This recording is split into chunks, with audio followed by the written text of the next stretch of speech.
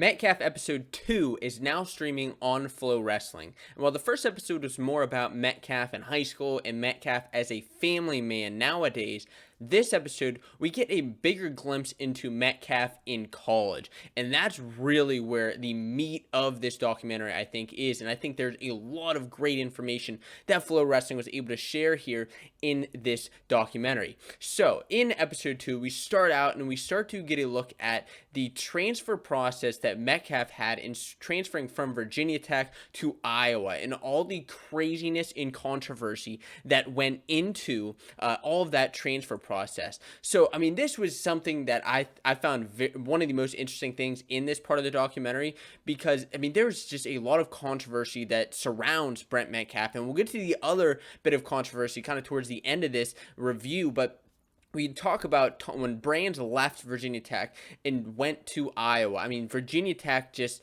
from everything that we heard, just absolutely couldn't stand Brands, and they would not let anybody who wrestled under Brands at Virginia Tech transfer out to Iowa. And we got a little bit more details, more interviews, more things behind the scenes as what happened in this whole process. And we also got to hear Dresser's side of the story, who of course transferred in after Brands and became the head coach. But I found very, very interesting to hear his side of the story because as you find out a little bit, without giving away too much, he really didn't have a big part in any of that.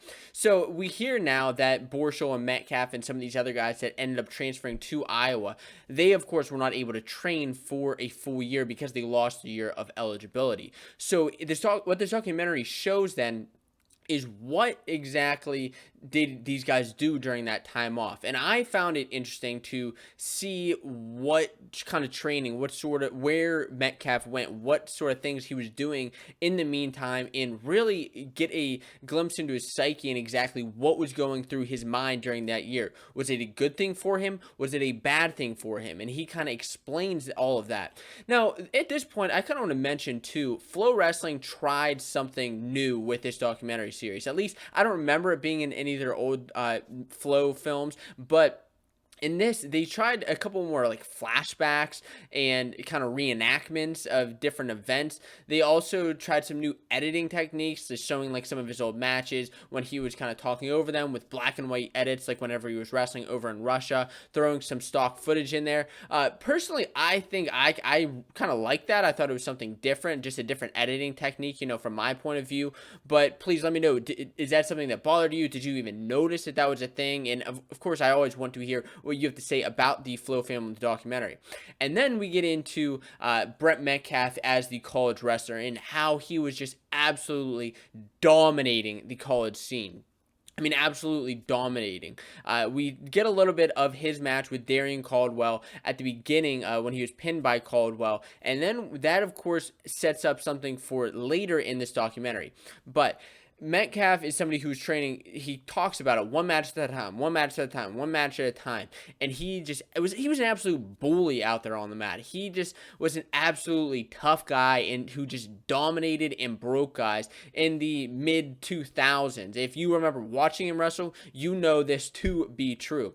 And one of the things I thought that was cool about this documentary is Metcalf started talking about the interviews that he did after the matches because, of course, he was such a bully on the mat. So what did that look like going into his interviews? What kind of things did he say and do? And he was talking about just trying to reinforce people's beliefs and messing with people's minds, kind of the mind games that he was able to play. And he knew that this was working, which I thought was very, very intriguing to hear about.